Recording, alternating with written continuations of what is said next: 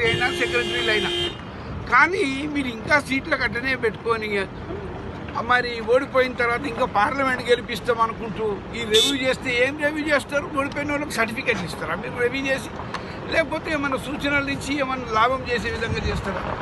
నష్టం చేసిందే మీరే అడుగుతారా ప్రశ్న? అంటే మీరు ఒకవేళ పీసీసీ కావచ్చు, కుంతియా నష్టం జరిగితే ఏఐసీసీకి ఫిర్యాదు చేయొచ్చు, మీరు కేంద్ర అదే అందుకే నేనేమన్నానంటే తప్పకుండా ఏఐసీసీకి ఫిర్యాదు చేస్తా, సోనియా గాంధీ గారికి చెప్తా, రాహుల్ గాంధీ గారికి చెప్తా.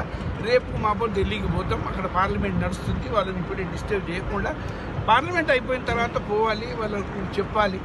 నేను ఒక్కనే కాదు, చాలామంది కాంగ్రెస్ పార్టీలో చాలామంది ఉద్దండులు ఉన్నారు, అందరూ నారాజే ఉన్నారు, అందరూ చెప్తూనే ఉన్నారు ఎందుకు పోయింది.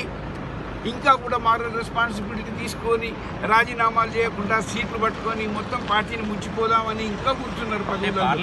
పార్లమెంట్లో కూడా ఒక సీటు రాకుండా చేయాలని ఇంకా అదే సీట్లలో కూర్చొని వీళ్ళ ఆధ్వర్యంలో పార్లమెంట్ రేపు గెలుస్తుందా?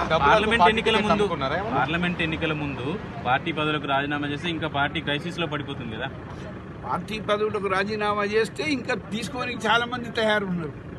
ఇలా చేసేది ఏముంటుంది? వీళ్ళ పేరు బాగలేదు, వీళ్ళ ప్రవర్తన బాగలేదు.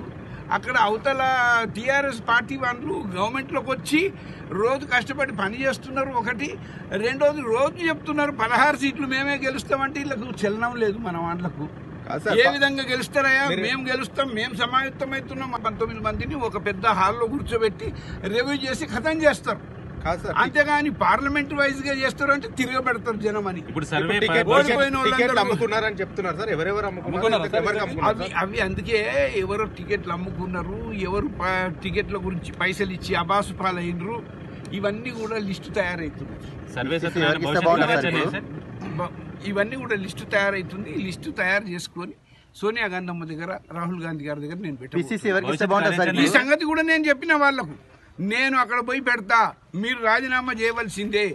మీరు ఈ పదవులలో ఉంటే పార్టీ 16 సీట్లలో ఒక్క సీటు కూడా గెలదు, 17 సీట్లలో లోక్సభ. ఇంకా పార్టీ నష్టపోతుంది. రేపు సర్పంచులు గెలవరు, రేపు గ్రామ పంచాయతీ ఎలక్షన్లలో ఓటమవుతాం, రేపు మున్సిపల్ ఎలక్షన్లలో ఓటమవుతాం. కేసీఆర్ను తట్టుకోవడము, ఆ పార్టీని తట్టుకోవడం చాలా కష్టమైపోతుంది. కాబట్టి ఇంకా మీరు పక్కకు జరగాలి.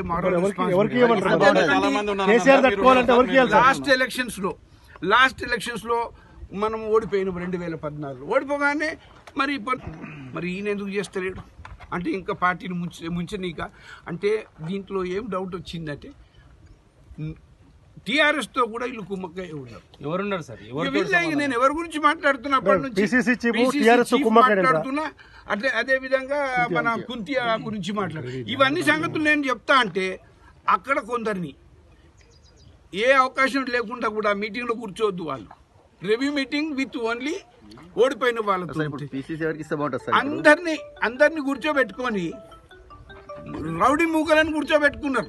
ఫర్ ఎగ్జాంపుల్ వాడు ఆయన పేరు బొల్లు కిషన్ ఇంకేదో చేసి వాళ్ళ పబ్బం గడుపుకోవాలని చూస్తున్నారు. కానీ నన్ను సస్పెన్షన్ చేసుడు పక్కకి పెట్టండి, ముందు వీళ్ళని తీస్తారా లేదా అన్నది ఉద్యమం.